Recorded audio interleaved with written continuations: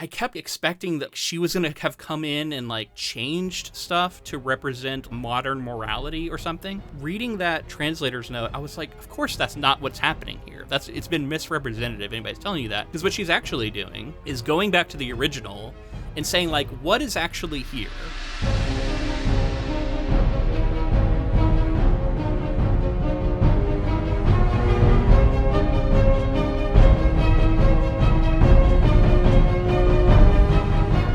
Welcome, friends, to episode 389 of the Ink to Film podcast, where we read the book and then see the movie. I'm writer Luke Elliott. And I'm filmmaker James Bailey. And this week we discuss Homer's 8th century BCE epic poem, The Odyssey. So, James, we have one of the first written works that we've basically gone to the beginning. Yes. There are some that maybe predate it, but it's among the first, and plus, it seems like, we talked about this a little bit with some of the fairy tales we've done, this was probably a collection of stories rather than, truly authored by one person. This is kind of considered the dawn of the, written story. Yeah. It doesn't get much older than this. Yeah. So here we are. Yeah, I think we've mentioned covering, Beowulf, though I don't know where that falls within, I think it's after. Yeah, I think that's all after because... I don't know. I'm not expert on this stuff, and Yeah, I guess that's a good reason to say that we're not scholars. Yeah, let's go ahead and put that out there. We do these things in a week, so I read the book. In fact, we have the translation here. I'll hold up the I think it's Emily Wilson. Emily Wilson translation that we've heard is basically the basis or the main inspiration for Nolan's film, the Christopher Nolan film, which is what we're covering next week. Which has basically been in the books since it was announced. I mean, this is one of those big landmark ink to film projects where when we hear it in the news, we're like, Nolan's doing the Odyssey. That's on the books. Every now and then we circle it and we're just that one's happening. So yeah, we're definitely gonna be covering that. I got my tickets for this Sunday and just regular old IMAX, and I think it's actually Limax as they call it. Okay. Yeah. But that's about as good as I can get. I could have maybe done a 70 millimeter, but non-IMAX at the Hollywood. I thought about doing that. They don't have assigned seats there, so you have to get there super early and stake it out. And I was like, I don't know if I want to do that. You got to really plan for it and be a dedicated cinephile. I got tickets to the only... I know you have the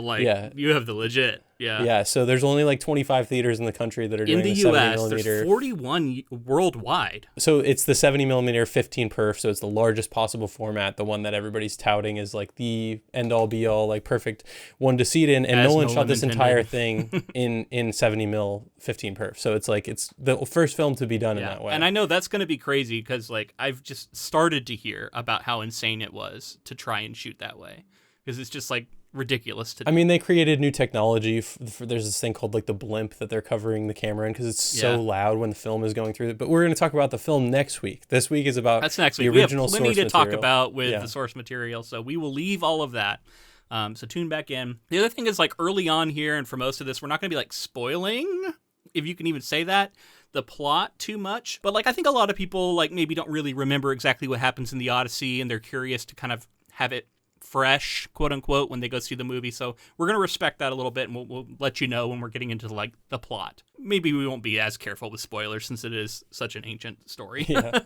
I am excited because this is the canon, though. This is when people talk about the canon, this storytelling sort of journey that we've been on. This is one of the highlights, and I think most people read this, at least in America, most people read this in high school or sometime in that area. Yeah. And that was my experience with it, is that we read through it in high school. What was your first read through of this? I wanted to talk about that because I don't think I've ever read this. Really? Is this just a huge gap in my education? I think I may have read part of it, but that's it. Wow. Did you miss some time in school maybe? No, I think it's one of those things where it's gonna sound like I'm bragging, but truthfully, I was so advanced in my reading and English courses that I was often in these advanced AP or as basically as far ahead as they could put me. Right. And sometimes I think those courses, it was jumping over some of the typical stuff and getting into more advanced stuff early. So we were reading Hamlet in 7th grade, or we were reading advanced Shakespeare, other stuff that we were kind of jumping ahead to famous British authors. It is weird that I can't remember actually covering the Odyssey.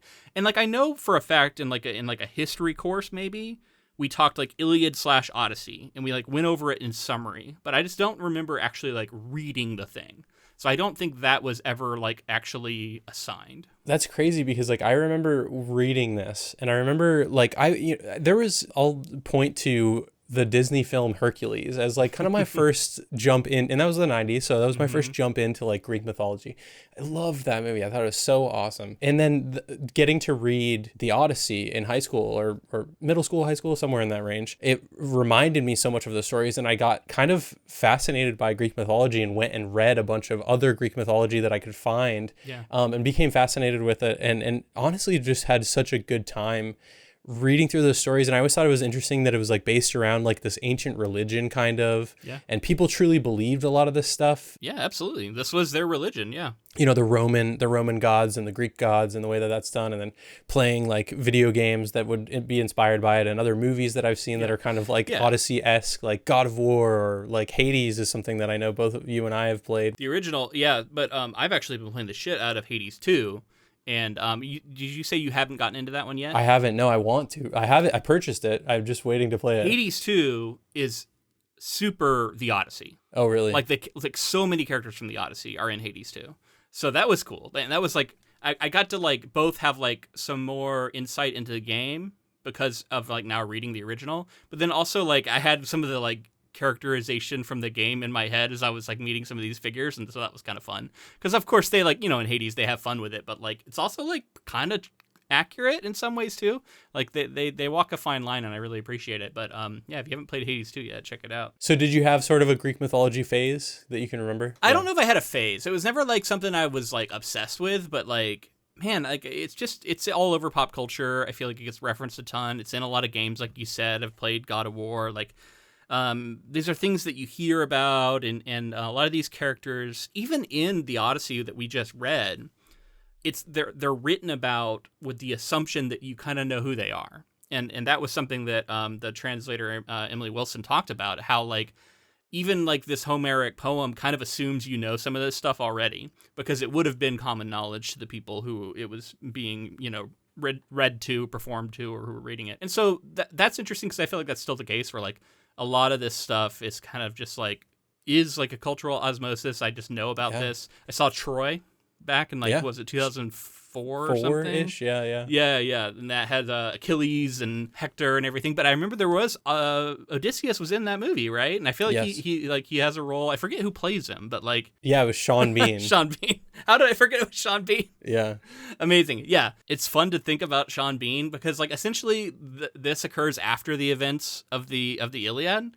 Correct. Yeah. So that's cool to imagine, and like in some ways this story is like even more famous, which is kind of crazy, but like I think that's something we're going to definitely want to dig into with this story because it is like it's not the Iliad that people talk about. It's the Odyssey. Like the Iliad is an important story, and everybody talks about like the Trojan horse and the Trojan War and all the stuff that went over there on and that was kind of, I think the Iliad was like mostly the end of the Trojan War. No, I think the Iliad just like covers the Trojan War, and from what I was seeing, in fact, I think like Achilles is still alive at the end of the Iliad.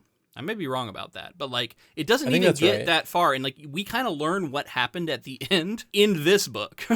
I don't know, people can disagree, and like I'm sure there are different accounts, but it is so funny because Achilles as a character too, like everyone knows about the Achilles heel, which is such a specific thing. Yeah, so many just like iconic characters that get even just like name dropped, or they just have like small roles to play. They show up for a second, do something interesting. Especially the gods, gods, but also just like magical creatures. And I was getting the sense that like this is the more like magical, almost feels like you're in a fantasy novel feeling story, and yet it's caught up in myth because this was stuff people believed, right? So there's this epic thing that like you could see why this influenced so many games and so many settings and so many stories where it's like gods walk among us. They are both like so human, but also so powerful. They're not like God in a Christian sense, this all-powerful being. They're just like very powerful beings, but they can seem to have like certain powers that they're really good at, and they're immortals. But like other than that, they're not like the same kind of God. And I remember talking about this in, classes talking about Greek mythology where It very much is like the drama of the Greek pantheon, where like they like to get into their own hijinks They're with messy. like, and they're all they're like, you know, having sexual relations with humans and sneaking things and each other babies all and- over the place, and the babies coming out of, you know. and like that fallibility, I think, is something that like you can look at those characters and see like how human they are kind of in this story. Yeah. And how that like is extrapolated out with like everything that we get here. Yeah, I mean it's really cool stuff. I guess we can start to move on from it, but just like that's my experience with it. You know, tons of experience with like the characters in isolation, but I never actually read the story. So let's talk a little bit about our reactions to it, though. So this is something you were familiar with, but for me, like I didn't know that the suitors of Penelope were like such a big element of this story, and I guess we won't like spoil what happens with that, but like that's really kind of like where we begin and where we end. And I know it was about him going home, but I didn't know that element of it. And I knew that like, there was like a bunch of encounters with different stuff, but like I didn't really like remember how they all played out or know how they all played out. So that was really interesting and something I didn't know going into this. Yeah, and you mentioned just like the way that this story plays out, and it is kind of like, you know, ripe for video games or other types of story to pick it up and run with it, because it is like it's sort of a globe trotting, like you're jumping from a bunch of different places. The scale of it's very large, and it's a journey. Like it's not just like going to a location and then a large event happens and then the story ends. It's like it really is moving you from place to place and moving all these different pieces around. And the way that it's like doled out to us, I love that it like starts with the suitors and then we move it back into some of Odysseus' stuff, and then even further back he recounts some of what has happened up to that point. Yeah, it's actually out of order, right? Like it is not a chronological story. Which is cool to see even back in this like whole ancient story. It was like, and there's like framing stuff because like we learn about a lot of what happens because he is recounting it to someone else when he's like at dinner. Mm-hmm. You know, like there's things like that happen a lot. It's cool, man. And I want to go ahead and shout out this particular translation as well, because I know it made some waves when it came out. This is 2017. This is pretty recent. But I highly recommend people check out this particular translation, and when you do, like, do not skip over the introductory materials where she describes like why she made the decision she made. This is also the first time that the Odyssey has been translated into English by a woman. Right. There has been other women translators into other languages I was reading, but into English the first time. I think there's certain expectations, and I remember seeing tons of backlash to some of Nolan's choices, and then some of the backlash to Emily Wilson's translation choices. And I'm an open-minded person. I wanted to see what it was going to be like, and I think the expectations are, we have come to assume that some sort of ancient story has this sort of like older English style voice to it, and all these different things. Yeah, that's an interesting part. Like, I don't have like the exact quote. But yeah, she wanted to approach it from like a more straightforward language, contemporary. Well, contemporary, language. Yeah. And I thought that was fascinating, and I just wanted to give her credit for all of that, because going in, it's not that I had thought that there was going to be negativity with it. I was seeing some people, but all of the reasons why she did things were so intentional and felt so reasonable to me, and felt like, oh, I'm totally understanding why you're doing this. And like you said, those introductory materials are very compelling, really lay everything out. And by the time I was ready to go, man. Once I was ready to read the book, I was like, this is going to be awesome. I'm so excited to see what this is like. And yeah, just that contemporary voice stuff. Someone reading Homer of that era, someone reading the story of that era would have found it very approachable. Mm-hmm. So she's trying to evoke that with the modern era, not by like dumbing down, in quotes, like dumbing down the material, but by making it something that feels more normal to what we engage with on a day-to-day basis. Yeah. And in that way, kind of removing a barrier and allowing the reader to be closer to the material in the modern day. And I think that's brilliant. And I think it's really cool to see like Nolan carry that forward. And I can't wait to see how all that turns out. But yeah, as you said, as the story began, the first few like verses, which is also another thing to note, that she was trying to be very intentional about the length, and she's using iambic pentameter. And as I read through it, I knew right away we were in good hands, because it was reading well, it was approachable, and it still had the sort of the gravitas that I was looking for in a story like this. Right. So let me describe what was actually done here. So apparently she was approaching this poem and recognizing that it was written in this like hexameter that in the ancient Greek, but she is translating it to English, and she wanted to be able to maintain what she called the nimble gallop of his verse. so that this would sort of progress at this like decent pace, which like some of the other translations have lost that. And her way of doing that was instead translating it in iambic pentameter, but she limited herself to exactly the same number of lines as the original, which is like, that's such a challenge. And that she was able to do that is really impressive. Totally. And honestly, it pays off. I did find this like so much more approachable than I would have expected for material like this. So I highly recommend it to people who are like maybe even a little bit like intimidated by the prospect of trying to read something like the Odyssey. This is like pretty readable. I mean, it's like still, and the other thing that I want to also say is I feel like there's all this like anti-woke backlash, which is all bullshit, right? But like one of the things that can be insidious about it is it can kind of like convince you that certain things are happening. So one, there's all the stuff about the movie. I'm going to set that aside. But it felt like there was also a good bit about this. And a lot of it's just because she's a woman doing a translation. Sure. And like I kept expecting that she was going to have come in and like changed stuff to represent modern morality or something. Reading that translator's note, I was like, of course that's not what's happening here. It's been misrepresented if anybody's telling you that. Because what she's actually doing is going back to the original and saying like, what is actually here? And what is actually what has been like the accepted thing that has come up over time, over the course of years, where like in different eras people were translating it and kind of importing their own sexism and their own stuff into the translations. Right. And she like stripped away all of that and said, I'm just going to go back to the original and really try and suss out like what is being said and what isn't being said. And it's not like she eliminates sexism from this by any stretch. There's plenty.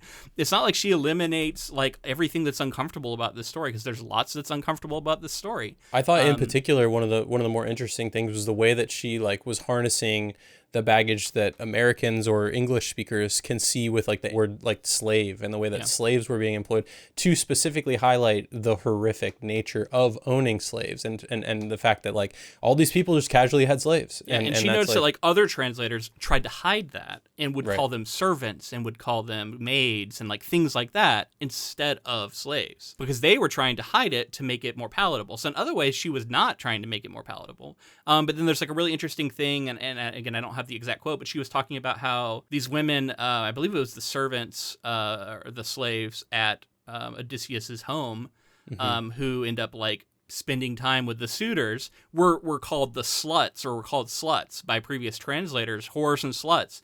And she just called them the slaves, I think. Like, I don't think she like stripped away this like judgmental language because she didn't find evidence for that being accurate to what was being said.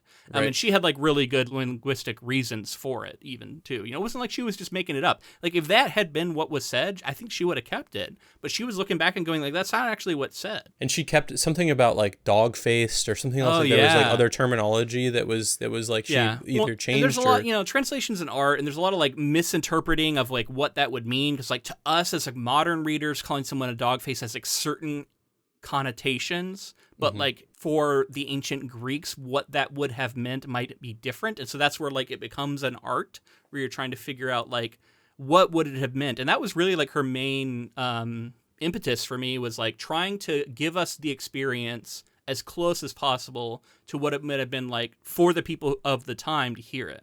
Yeah, and one of the main things with this, too, is the character of Odysseus, who historically there have been translations in English that have made him like sort of a nobleman hero that has like is like less fallible, and I think making him a complicated character, because he clearly is sort of like cunning, conniving, like, but also brave and like strategic, and he's got all these different elements to him. And I love that the story starts off with that line of like, tell me about a complicated man. Yeah, and that was a big change, because it's like the opening lines are like, oh, you don't touch those. But I like that. I like the boldness, you know. And honestly, all of it really worked for me all throughout the story. Like, again, like I said, was so intentional that I just found myself going along with it in every way and really enjoying it. Yeah, man. So let's talk a little bit about the author Homer, real quick. So Homer, he was often called the blind bard, and that's about all we know about him. I love that, like, we have Shakespeare, the bard. Yeah. And then Homer, the blind bard. Yeah. And it's funny, while reading the Odyssey here, there were a few times where I was like, oh, I feel like Shakespeare responded to this and carried it forward. thousands of years later. It's crazy to think about how far apart that is. Like, we are closer to Shakespeare by a long shot than he was to this. Totally.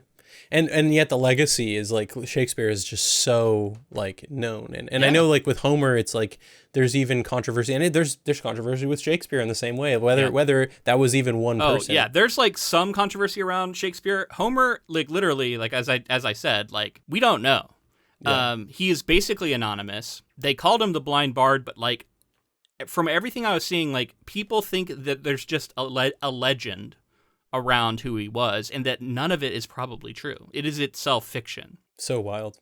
And I love the Emily Wilson in the translation, some of the introductory stuff mentions how there's a history of like oration in storytelling, and how important that is to like this story specifically, but then the continuing of that, and how this may have been sort of an amalgamation, sort of orated story that's just like made it through generations. This story may be older than the first written version of it by a long shot as well. Oh yeah, it almost certainly was, or at least a lot of the pieces of it were. So because we don't have much we can talk about with Homer, we could go into like some of the legend about him, but like, and honestly, it's like, it's interesting, but it's not probably true. So what I wanted instead talk about is a little bit about Emily Wilson, since that was the version we read. Emily Wilson is a British-American classicist born in 1971, author and translator.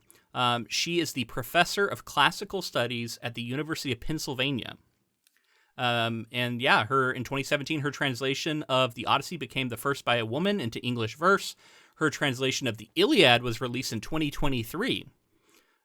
She has taught at the Classical Studies Department since 2002. Wow, that's awesome. Yeah, I knew that she did the Iliad, but it's so interesting too. Like this has been since we started the podcast that this translation came out, which is so crazy to think about. Like this version that kind of is being, as far as circles I'm running in, is being seen as like the most definitive version of it currently, and then Nolan's adapting it, and like that's so fascinating to me. Yeah.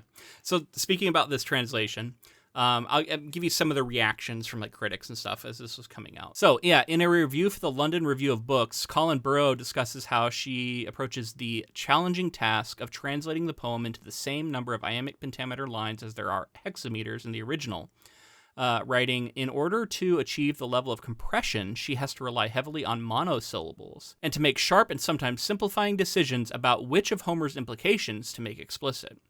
Wilson's project is basically a progressive one, to scrape away all the centuries of verbal and ideological buildup, the Christianizing, because Homer predates Christianity, the nostalgia, the added sexism, the epics are sexist enough as they are, and the Victorian euphemisms to reveal something fresh and clean. In Wilson's translation, enslaved characters are often called slaves rather than maids or servants, with translator's notes explaining the word choices. While discussing older translations of the Odyssey with Anna North at Vox, Wilson said, quote, "It sort of stuns me how much work seems to go into making slavery invisible." So yeah, that was like one of the main things she wanted to do, was like to make it visible, but then yeah, also just to like strip away all this baggage that is accumulated over the years of translating this. And as like critics, I just feel like there's so many people that have so many opinions about this that have just simply not read it, or simply haven't read the introductory sections. I think it's so fascinating that we have someone who's trying to get back down to the basics of what the story is saying, and then people having this massive backlash because of what they are assuming and like accustomed to, where this is like really an attempt to give us the purest version. So yeah, I find it really interesting as well. So she is said to have spent 5 or 6 years working on this translation. The original 18th century translation by Alexander Pope is what adopted that tone we were talking about earlier, this grand, ornate, and rhetorically elevated, as she calls it, tone, stating that it is not actually present in the original. And she instead prioritized simple, readable language. So yeah, I mean, basically she wanted to remove what she called anachronistic and euphemistic language that other translators introduced to it that have become sort of the standard and you know, the accepted canon. I appreciate it. I really did. That intro, as I've said, really, really highlighted a lot of that for me.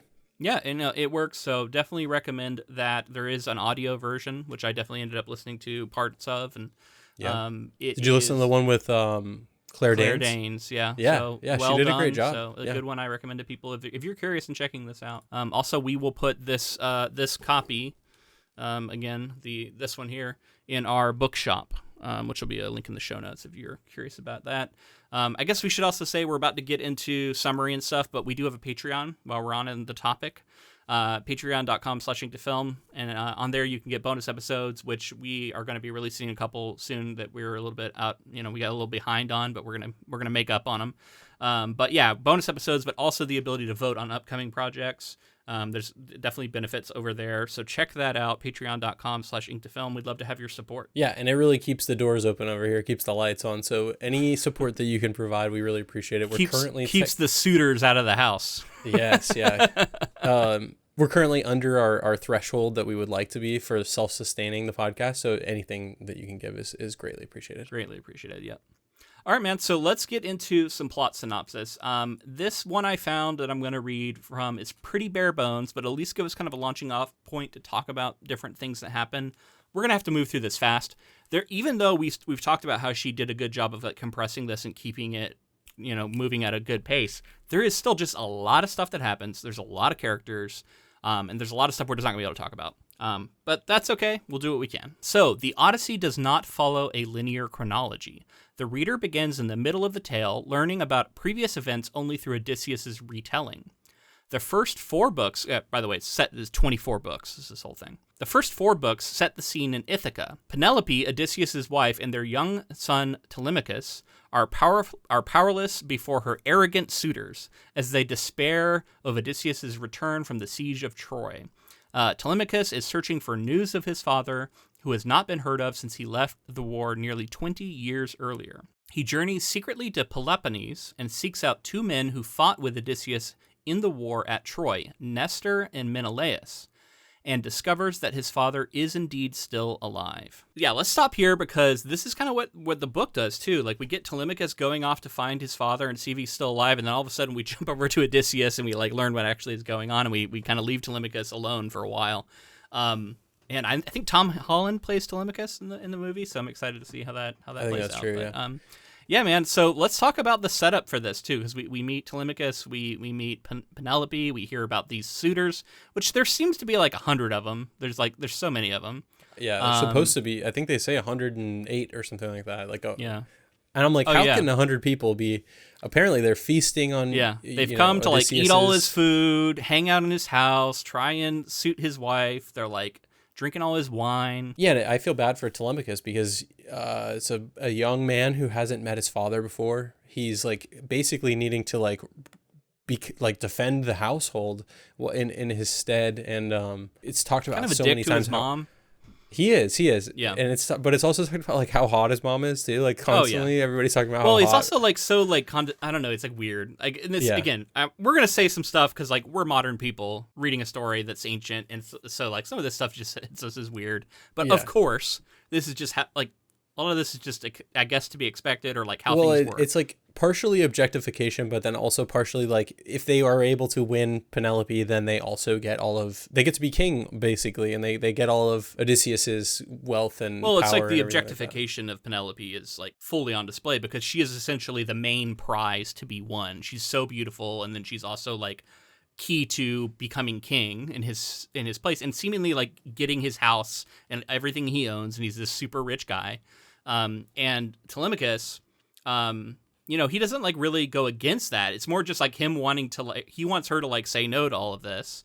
And he like often just keeps saying things like, "Oh, don't worry yourself. It's gonna like mess up your skin. It's don't get too upset. It'll make it'll give you wrinkles basically." He says that to like one of the slaves. He says, don't tell my mother that I've left for a few days, 12 days or something like that, because her tears will wrinkle her skin or something like that. Yeah. Like she'll start crying and it'll wrinkle her skin. I also find Penelope as a character, I've always found this part fascinating, but I felt like it was amplified a bit here.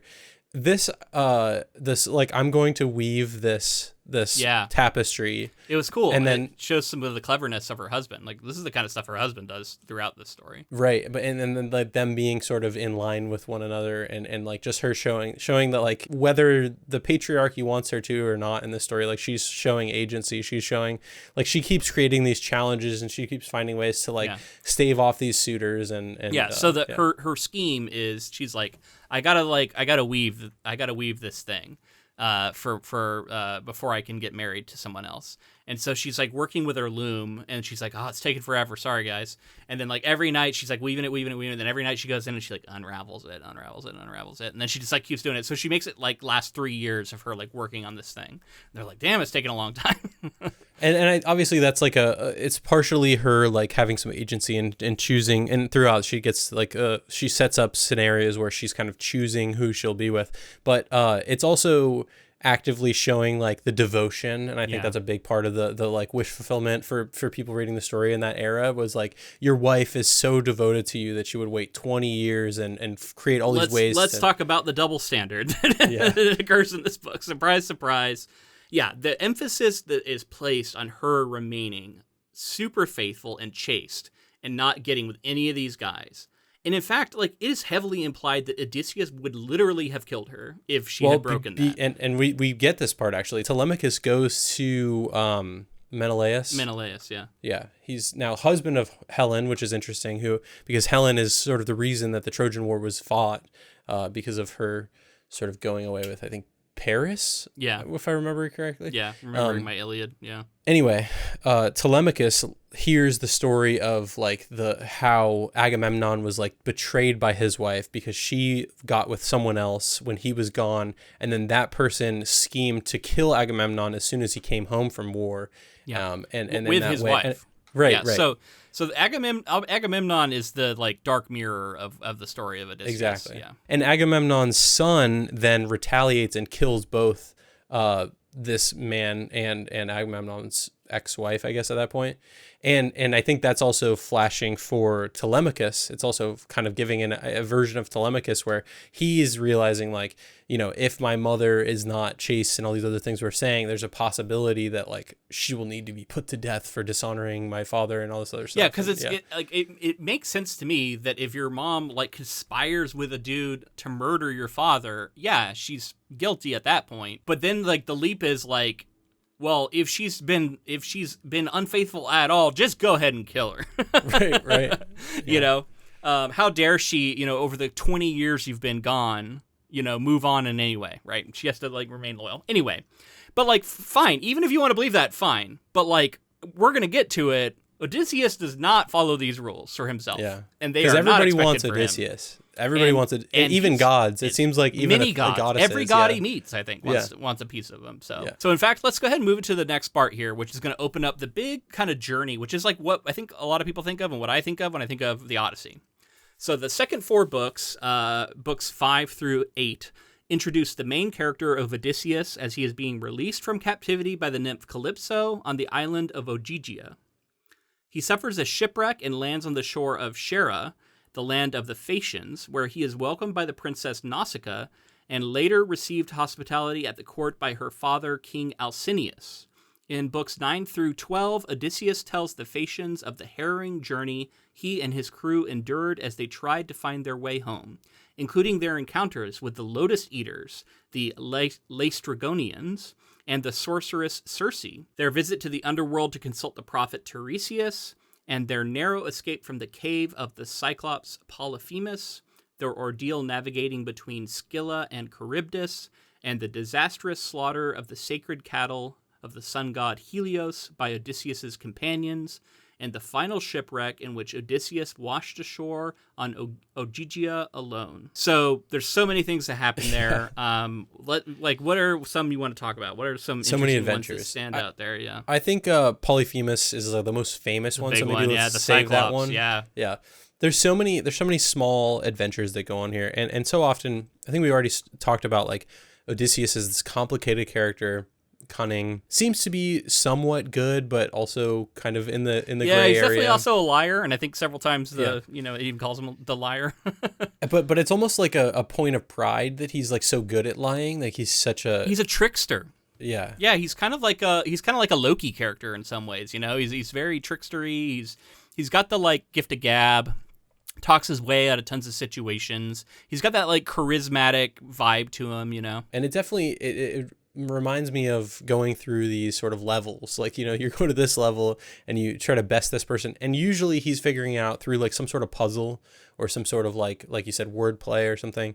And yeah, along the way, I mean, everybody wants to get with this guy. Yeah. And Athena specifically, which I love Athena in this story, and she's such like a total badass. Like, she just kind of comes in and makes her will felt, and even against other gods. Yeah, I don't know if we said that. She comes down to talk to Telemachus at the beginning, kind of sets this whole thing in motion, and like really is like orchestrating a lot of this stuff. Most of the reason why she is so taken by Odysseus is like some of his cunning in the Trojan War, but just generally like she's like kind of a god of strategy and like she loves how much she loves strategic wisdom. he is, I think she's often associated with wisdom in some sense. The owl, cunning, and so like that they very much line up, and you can see throughout she likes him too. Athena's kind of pulling for him, but he's the only one that we don't see him like actually sleeping with, right? Like, right. The other ones, though, like Calypso's in love with him, like wants him to marry. Circe, he definitely hooks up with.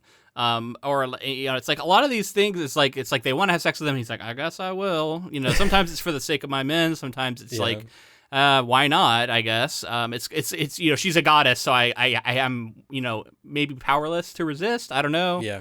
Yeah. Again, I think it's like people of the time reading this are just like, it's such wish fulfillment of totally. Like, you know, everybody. This is a story that was probably intended for men. You know what I mean? Like, they were the dominant as far as like the control of the society. It was very patriarchal. So of course, like they want to read a story about a guy who's allowed to go out and sleep with all these sexy goddesses and magical nymphs and all this stuff, and then still come home to a wife who's been super faithful and not, you know, slept with anybody else.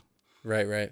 And even like there are some scenarios where like, you know, a goddess or like a demigod, I guess, or something would be saying something to him about, I think maybe it was Circe was saying like, you know, I'm more beautiful than Penelope. And he would be like, well, you know, Penelope can't compete with your, you know, you're the goddess that you are and everything. But, you know, I just got to get back to her. You know, I'd love to get back to her. I think maybe it was a Calypso. So that's his, like, his version of loyalty. Yeah. Cause there's the whole thing with Calypso where it's like, he should have been just happy with her, but like the whole time he was sad, and he would like go sit on the beach and be sad about wanting to go home. And finally she was like, fine, if you're going to be so sad, I guess I'll let you go. Yeah. and this is another thing that we should address is like Poseidon is just really gunning for Odysseus this whole story. And that's like not, we kind of get that in hindsight. We learn why, but all along the way, Poseidon's been like thrashing the seas. And and when Athena you're going by ship, like, not great. Yeah, totally. Yeah. And Athena's been like kind of in some ways like even, you know, intervening with Poseidon's will and fighting against him. Poseidon is like, you know, brother to Zeus, and Athena is daughter to Zeus. And it's interesting to see. And then everybody's a son of or a daughter of somebody. So we see Polyphemus eventually. We learn the reason why. So Polyphemus, you talked about it. So let's talk about it. He is the son of Poseidon. He lives, he is not the only Cyclops. He lives on like an island of other Cyclopses. But yeah, so he is like one of many, but like they go into his cave, basically. His men. Yeah, him and his men. And they're like, bunch of goat cheese, bunch of like food. Hella yeah, let's eat it all. So there's this whole thing about like guest rights, essentially. It's this like law of the land, this part of their religion. And this is essential to the Odyssey. We probably should have mentioned it before. This idea that if someone shows up to your house, whether they be a beggar or a stranger or whoever, that you should like show them kindness and feed them because they might be a god in disguise. And so this is like a religious belief, essentially. It's like a hospitality thing, really. I saw that the term was called like xenia, is like the term for, and it's so interesting because like that was like so baked into their cultures. And this is again like a cautionary tale of like, you can see the suitors inside of Odysseus's home, and they're not. Well, they're like taking advantage of that kind of thing. Yeah, there's a lot of like different ways this could play out. So like in here, they are like assuming. So they come in and they're like, well, we got guests, right? So this is all cool. He's not even there. So they're just there like eating all the shit. And he comes home and is not happy about it. And so what does he decide to do? He decides to start eating the men. And a quite brutal series of events as he's just noshing down on them. Yeah. Before finally Odysseus blinds him with like a flaming spear or like javelin. And when he asks like, who are you? Why have you blinded me? He's like, I am called No Man. And so he does this like, and I just kept thinking of like Gandalf, like tricking the trolls and like totally. the Hobbit. Like, and I guess, probably Tolkien would have been reacting to something like this, but this idea of this like almost like verbal trickery getting the best of this giant thing. Maybe he was literally referencing this because it's like a verbal trick, because then what happens is Polyphemus, when later on the other Cyclops are like, who did this to you? He's like, no man did this to me. And they're like, okay, you're fine then. And no man did it to you, whatever. And they all walk away, like it's funny that it works. And it's just like, but then also like Odysseus has too much pride. So as they're like starting to like get away on the boat, he calls out and he's like, actually tell him that Odysseus did it, bitch, and then like, so they start throwing rocks at him, and like I think more of his men die as a result of this like act of pride, which is so crazy to do because of course, again, it's that whole thing of like, you don't know who's a god, you don't know this and that. Assuming he didn't know that this is Poseidon's son, but like telling him that was a super big blunder there. It's an act of pride. He wanted it to be known. And correct me if I'm wrong too. There's so they blind the Cyclops, they blind Polyphemus, and then they have to escape on the sheep, right? Like they are able to like sneak out. Oh, they're like hiding under the sheep's bellies and stuff. Right, yeah. And that was like another big trickery sort of. He's letting his sheep out because he's kind of a shepherd of sorts. Yeah, Polyphemus is. Yeah, he's just like a shepherd. He like seems to like his sheep and take care of them. Kind of compassionate towards them too, and that's something. The complexity, maybe that was talked about in the introduction as well, as like the complexity of the characters of like, this isn't just like someone who, it's not just like an evil being. This is like adding complexity to the character, and other translations may have cut some of that out. Yeah, made him seem like just a monster. Yeah, made a point to highlight all of those things and show everyone's someone. And Odysseus wants to leave obviously and get out of there because he's being held in some way, but they wronged this guy. Yeah. And yeah, all these interactions are fun. Like there's the one with Circe, where she like transforms several of his men into pigs as punishment because they're taking advantage, once again, kind of guest rights basically, or like taking advantage of her hospitality. We have the whole situation with the sirens. And Scylla, and they're like, they get warned, like, you're gonna have to tie Odysseus to the fucking mast if he hears this song, because he's going to hear it even more. And if he asks you to let him go, tie him down even harder. And then that's exactly what happens. And then like, they get this whole thing where they make like wax that they can like shove in their ears so that they won't hear it. And then she still has like, she's like a big octopus too. She has like 12 limbs or something and like 6 heads. And 6 of his men totally get grabbed off of the ship and eaten. And he's just like, shit, that sucks. But at least we didn't like get swallowed by Charybdis, which is this big like vortex monster of some kind that is going to like swallow the entire ship whole. So they avoid that. Each of these like episodes is so like iconic. And like I remember my first time reading through the story just being so fascinated with like each adventure being like its own thing. I mean, we get the story of what's the name of the character with the bag of wind that he gives them. The wind bag. Yeah, and again, the men are just so dumb. They just like and same thing with the Helios's flock or whatever that was as well. They just it's like they're like cows or something. They like make them into burgers. They're like, let's have some food. We're hungry. They're starving in that scenario, so they're just like they have to. They get desperate and they do it. But I think specifically Odysseus is like, don't fucking do this. Don't kill these cow. And then he goes off and he's doing something. He's napping or something, and they kill him. They kill a bunch, and then again it comes to be like such a thorn in their side, and that keeps happening with the bag of wind. They like, it's got like all 4 directions of the wind, and it would help them get home. And they open it, and it just like releases all the winds at the same time, and they like smash into the rocks or something, and like they're all strewn about. And like, it's just crazy that like really Odysseus. I don't is, think like, any of them himself. Survive, right? So none of them make it. They don't make it because pretty dumb. And Odysseus had a lot of pride in like sort of protecting his men and like trying to make sure they get home and doing all these, making these sacrifices and doing all this. And it's just like so ironic that none of them make it back. All right, man, let's move on to when he actually gets home. So finally, books 13 through 24, the second half of the poem. So really it's like half the poem now. He's back. They find Odysseus back in Ithaca facing the unexpected obstacles and dangers. He meets with his protector goddess Athena and reveals himself first to his faithful swineherd Eumaeus and then to Telemachus before developing a complicated plan to dispose of the suitors. During Odysseus's absence, Penelope resisted the importuning of more than 100 suitors who have stayed in Odysseus's house, eating, drinking, and carousing while waiting for her to decide among them. To avoid choosing a new husband, Penelope famously promises to decide once she has finished weaving a funeral shroud for Odysseus's father. That's what it was, Laertes. Yeah. But secretly unravels her work each night. In order to reunite with his wife, Odysseus kills them all with the aid of Telemachus, Eumaeus, and Philodius, a servant and cowherd, after successfully stringing his great bow in a contest that none of the suitors can complete. He finally proves his identity to Penelope through his knowledge of their marriage bed, which he had fashioned from a living olive tree. The next day, after Odysseus reveals himself to his father Laertes, the families of the murdered suitors gather to get revenge, but Athena intervenes and prevents further bloodshed. Okay, so let's back all the way up there. He's back now, and in a thing that we haven't even talked about, but like there is so much people just putting on like mustaches and being disguises. Like, I'm someone else now. Glasses with the mustache. Yeah, and then other people, like sometimes people immediately see through it and like know who it is. Like Athena puts on like a disguise when she first meets Telemachus.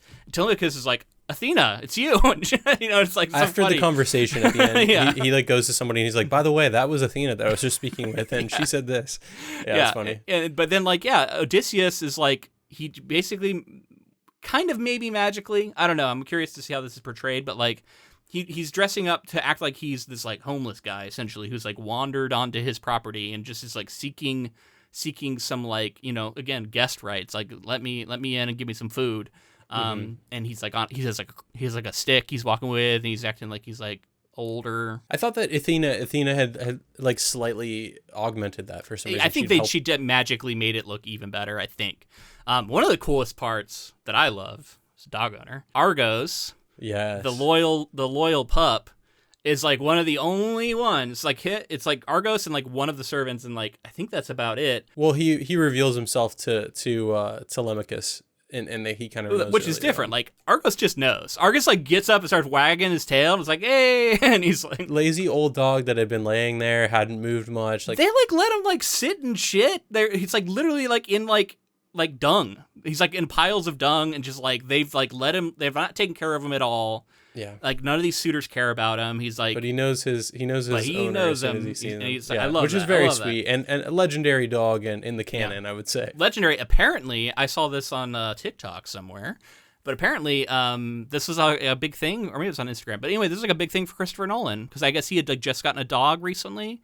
And him like learning about the story of Argos was like one really influential in him wanting to do the Odyssey. Apparently, that's cool. Yeah, I thought that was a cool like little story. Yeah. And apparently, so I'm curious to see how this is portrayed in the movie again. Yeah. I bet it's going to be in there since I've heard that. You mentioned things that are happening a lot of disguising happening, also a lot of sacrificing, like tons of descriptive stuff about sacrificing animals towards gods and that sort of thing. Yeah, that we haven't talked about much, but like I mean. Every couple chapters, something's getting sacrificed, or specific rituals with like the thigh bones and these different ways that they were sacrificing to different gods. I found interesting, and that's even like a reason why Zeus was like, Odysseus, yes, Athena, you can go help Odysseus because he does, he's a great soldier and he also like makes good offerings, a lot of the time. Well, how about the crazy like. Odysseus goes full John Wick at the end of this fucking story. I did not expect this. He's like, I'm just some lowly beggar. Let me try and string this bow. He strings it. No one else can. And then he like fires an arrow through all these like axes or something. Right. Yeah. To like show that he's like, not only can he string it, but he's like a master. And then he just starts fucking mowing them down. Yeah. He gets his like sword out, he gets his javelin out, he's just like fighting everybody. Athena's maybe intervening to like prevent him from getting hit by like their weapons. But yeah, he basically goes full John Wick, slaughters 100 men. Now he has the help of his son Telemachus, who probably kills some, but like basically single-handedly now. But they said that he wasn't the greatest, soldier at that point. Like he hadn't had a lot of combat experience. There's like a part where he stabs somebody through the chest and it like comes out the front of him and stuff. There's like some actual like pretty crazy action. Odysseus cuts the head off of the final guy who's been like the biggest dick of the suitors. The biggest dick was the first guy maybe who got shot with the arrow, and like the second biggest thing is his head cut off. They're trying to like beg for their lives. They're like, please, no. Now that we know who you are, we repent. And they're like, he's like, no, you're dead. Kills them all. Brutal and ruthless. And then the thing that she didn't want to shy away from is he's like, find out all of my slave women, and if any of them slept with them, round them up and kill them. He's like, put them to the sword. And then his like guy who's with him is like, no. Putting them to the sword is too good for them. We need to actually string them up and hang them. And they hang them all. Yeah. And I think it's like 6 of them or something like that. But like, it's brutal. So like, again, like as much as we're like kind of cheering it on, I'm like, oh God, like some of this stuff is crazy. And like the slaughter of all these suitors seems a little over the top, as like much as, it's like they've been drinking your wine and like hanging out and like trying to get with your wife, but man, you're gonna kill 100 men. I think it makes for Odysseus, again, he's a complicated man. Yeah. Tell me about a complicated man. He we've been following this journey. We want to see him get home, all these different things. We feel bad for the fact that these suitors are doing all this stuff in his home, and then at the end we're like, holy shit, he killed a lot of people. That was like definitely very like tell you what, man, if Nolan wants us to like sell us on wanting these guys dead, show a little bit of them like neglecting Argos. Yeah. Like, show a little bit of that. There's like ways you can make us be like, fuck these guys, kill them all. Yeah. Somebody kicks a dog, dude. They're all fucking dead. I don't kill care. them all. Yeah. You mentioned the scene with Odysseus like stringing the bow and shooting the arrow. It's again another like kind of episode that I remember so vividly from my first reading of the story. Mm-hmm. And at the time I was like, man, it's so cool. He's like the chosen one. He's so powerful, he's so virile. He's like the best one. And, and there's so much of that within the story. I also remember like if you ever seen a TSG Entertainment. Oh right, yeah. There's like a sort of a Greek looking. It's like it's like what they play before movies. This is like an entertainment thing, production company. And so it'll be like before a movie, it'll flash and it'll show it. Yeah. And it'll show someone shooting the arrow through the axis, and that's what I always think about now. Since I had no idea that was this until I read it. And I was like, oh shit. Yeah. It's so cool seeing a lot of these references, like and again, like Hades 2, for people who know that game. So much of this is in Hades too. It's crazy. That's so cool. I'm so in the Greek mythology mindset right now, having read this and a couple other things, and like I feel like I'm gonna jump right into Hades 2. That's my next game I'm playing for sure. I'm excited. We didn't even talk about how he goes down to the underworld and he meets with like Achilles and he meets with his mother, and like people who've died. He meets with Agamemnon, who like warns them again about like when you go home, make sure to go in disguise and find out. I think Agamemnon also says like your wife is better than mine was, and if she's remaining faithful and all that kind of thing. Yeah, she will be a legend, because she didn't do what mine did, would betray me. Yeah, I mean it's interesting. Yeah, he just like takes his, I think he just like drives his ship there, right? Like sails his ship, I guess is what you do with a ship. Yeah, I guess he just like sails his ship to like Erebus. Anyway, lots of crazy stuff, man.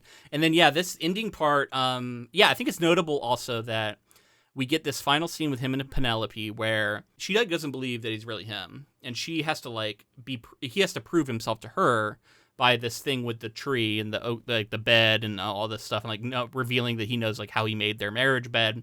And then so they like end up basically in the bed together, hooking up again after all this time's gone by. But the poem doesn't end there, and I think a lot of people expected it to. And instead we get this like following piece where all of the families of the suitors show up and are like, what the fuck? You killed all these guys. Now we're going to kill you. This is going to be like a war. This is bad. And it takes divine intervention. It takes Athena showing up to say, I'm putting a stop to all of this, because like they're ready to fight. And so like, as far as like the nature of humans and like, like the maybe cycles of violence and stuff that might be getting touched on here, like it takes divine intervention to stop it. Otherwise this violence is just going to keep going. It's so interesting that like, Odysseus, through all of his intelligence and all of his cunning, he cuts down on these people and doesn't like foresee that they're gonna someone's going to retaliate after all this retaliate. We've learned all about or this. He just doesn't care. This cycle of violence that you're talking about, like this just is like it's gonna come back around on you, and then near the end that happens, and then Athena, like it's so wild that Athena is so invested in Odysseus' story because there's so many. She's been protecting him all along, like making sure he's gonna. I mean, home. Poseidon wanted this guy dead so badly, and like you would have thought that he'd go to the ends of the earth and try everything he could, and it seemed like he did. And he spent 20 years really at sea, or I mean, I don't know how many years he was at sea, but 20 years away from home after leaving 10 for at sea, the war. 10 at the war, something like that. Yeah, because Telemachus was like a baby when he left, Whether it's through the power of, because there keeps being moments where like, Athena will like in front of these other women like Calypso and Circe and some of these other people, they make him look so proud and like virile and all these things that I'm talking about. Like he looks like this hero, and then everybody wants him so bad, and then he comes back home. It's been 20 years, and it's like nothing's changed. He's still this like hyper like powerful person that's gonna like shoot the arrow through the axes and cut down all these suitors without, and he's 20 years older. Yeah, totally. I mean, I guess I don't really know how old he is because he's pretending to be much older, but I guess he would have to be probably at least like in his like 40s. He's got a 20-year-old son, at the very I guess least. he's about Matt Damon's age. yeah, right. Yeah. Man. So I think I'm actually maybe we could take a minute here just because I think a lot of people are probably curious. Maybe they've already seen it. So it might be interesting to them to hear us because when we get this out, I know people have already started to see this movie. What do you think about trying to do a modern adaptation of this story? Christopher Nolan trying to come in and like, what does he see here, and what do you think he might try and do with it? Yeah, I mean, it's a great question. I think knowing that he adapted the Emily Wilson version of the story, I think he's going to try to highlight some of the things that she was also highlighting. So kind of trying to bring it to a broader audience. I don't think that knowing his filmmaking techniques and knowing like the effort that he puts into everything that he does in the filmmaking world, I don't think that it means that it's going to be. I guess I mean to say that like whatever the most approachable version of the story is, I think that that's going to be there. I just can't believe like the epic scale of something like this. This is like of legend, like the stuff of like film legend where like you hear about like Ben-Hur and some of these like Lawrence of Arabia. You hear about like how some of these films were created and shot and like the lengths that people were going to at that time. And then of course, like everything being practical for the most part and augmented in this case by CG. But back then, everything being practical and it being built out and being shot. From what I'm hearing in the interviews, like just how much grueling stuff the cast and crew and everybody went through, like everybody's saying like it's the hardest film they ever worked on, and yet these people are like they're just it's like such a commitment to the craft. Like I just can't wait to see. You can tell people bring their A game when they're in a Nolan film, and like Nolan for as popular as he is, and as much as he's kind of like the I don't know, go-to cinephile, like people who aren't even necessarily that familiar with film, like that's like that can be your favorite filmmaker. Yeah, I would say he's more that. He's like the if you want to get into films beyond just like the Marvel films, like a lot of people like that are probably gonna like Christopher Nolan, and I love Christopher Nolan. But he's also like doing it on such a scale. Like he's creating these blockbusters, these event films that people have to go see in theaters. And I think he's always promoting the right things, right? Yeah. He's shooting on film. He's shooting for large format. He wants people to be in theaters. He wants that sort of engagement still. So all of those reasons, like as love him or hate him, I don't think there's a lot of haters, but I think there are some out there. I don't know. There's some out there, man. Yeah, I think that he's really trying to like help bolster and like sort of prop up the film community and create these larger than life films that I think it's necessary to get people into theaters. And honestly, I'm going to be excited to see like whether, because again, like these naysayers come out and they, oh my God, the costuming is not time accurate and like period Elliot accurate. Page is in it. Yeah, there's oh my God, Helen of Troy is black in this film, and like there's so much like controversy, and I can't wait till the film comes out and we can just like see where it lands. And if the film is fantastic, I can't wait to just like see everybody shut the fuck up about that kind of stuff. They won't, but you know what I mean. I know what you mean. They'll be quieter if the film is excellent. They'll be quieter for sure. Yeah, man, and I'm excited because like I'm a Nolan fan. I do feel like the big cinephiles that I know, some of everybody has like opinions about Nolan. And I think a lot of people didn't like Oppenheimer as much as some people did. I think it was a divisive film. I feel like Tenet is more divisive than Tenet for sure. Yeah, I think Oppenheimer, because it was so praised, I think a lot of people push back on that. Sure. And also the material, it being about atomic bombs and people feeling like maybe he didn't do a good enough job highlighting the carnage and the atrocity of it. Yeah. Understandably. I agree with a lot of that.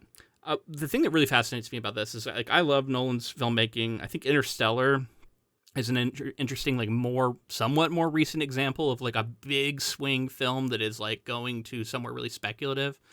But I'm really interested to see what he does with this movie because I don't know, outside of his Dark Knight trilogy, and even that is toned down. We haven't seen these really big kind of fantasy elements from him. Yeah.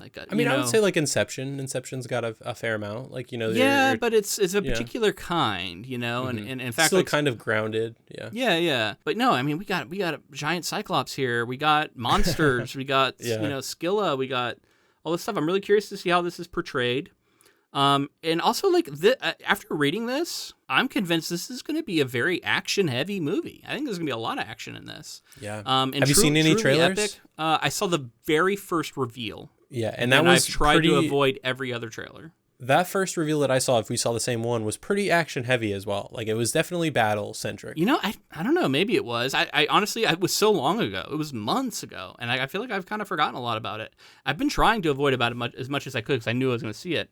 So I'm going into this truly pretty blind and excited to see what he does here.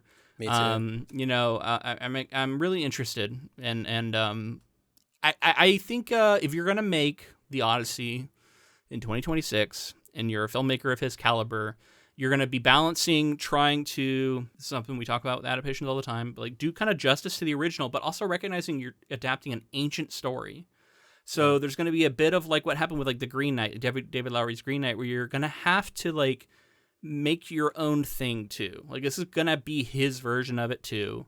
Yeah. And what are you doing to make it interesting for a modern audience? So there are going to be changes. There are going to be things that people are going to get so mad about that are left out, But that's I think understandable. And you're trying to make a film that is going to be a blockbuster, right? That's what he makes now. Whether or not he's setting out to make a Spielberg-esque blockbuster, that he kind of is doing that with these movies. He knows now that he has such a big name and that so many people are going to be interested.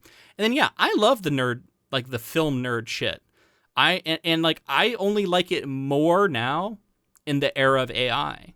And I think if you're someone who doesn't like AI, which I would hope most of our audience are probably on board with this, but maybe some are more ambivalent.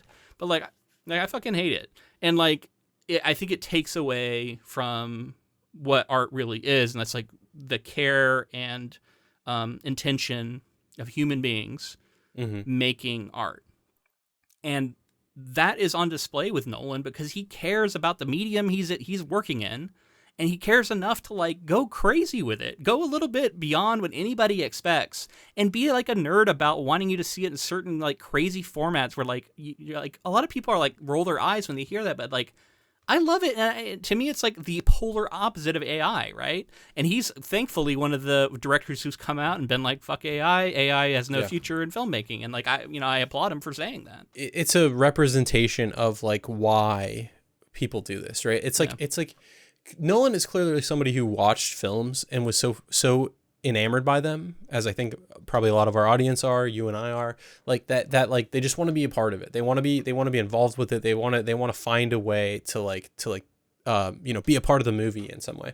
And Nolan, again, you can say something about maybe there's an exclusivity to it, but it's for the right reasons. This format that I'm going to see it in, I can't wait to see the first film that was shot entirely in IMAX in this specific format. It's making such an event of it, and that feels really important to me. And it feels like something that people, that's not sitting on your couch and watching, binging the latest thing on Netflix. He cares about the experience of the theater, and a lot of people again roll their eyes about that, but I want that from my auteur filmmakers. I want them to care. Denis Villeneuve's the same way.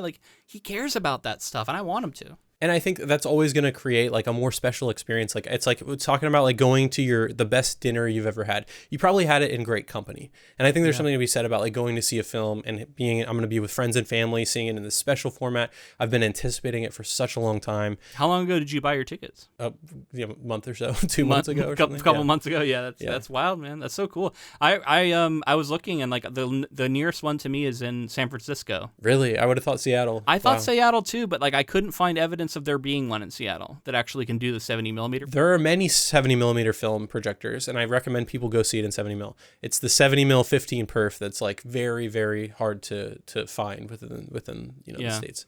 We'll talk more about what that means in our movie episode, because I don't want to get too far into it. I'm recognizing that this is the book episode. This is about the epic poem itself. So any final thoughts on this translation before we put a bow on this? I really enjoyed being back to this. I love this like fresh take. I love coming to a material and having Emily Wilson show some new sort of gleam to a story that I felt like I already engaged with. But also feeling like she's actually uncovering what was like really there.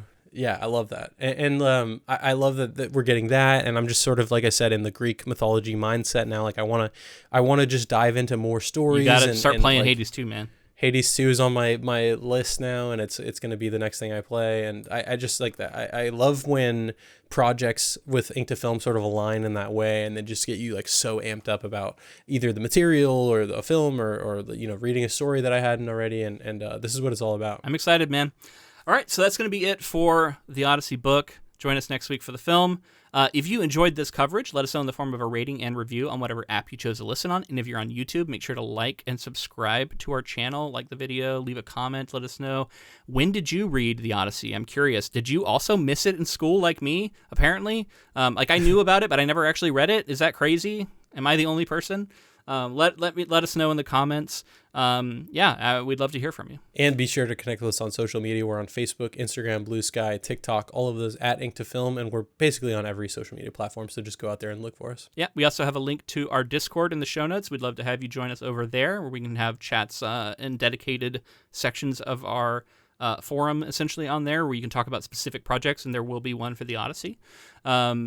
Also, we did mention the bookshop before. There will be a link to that below if you wanted to get this version.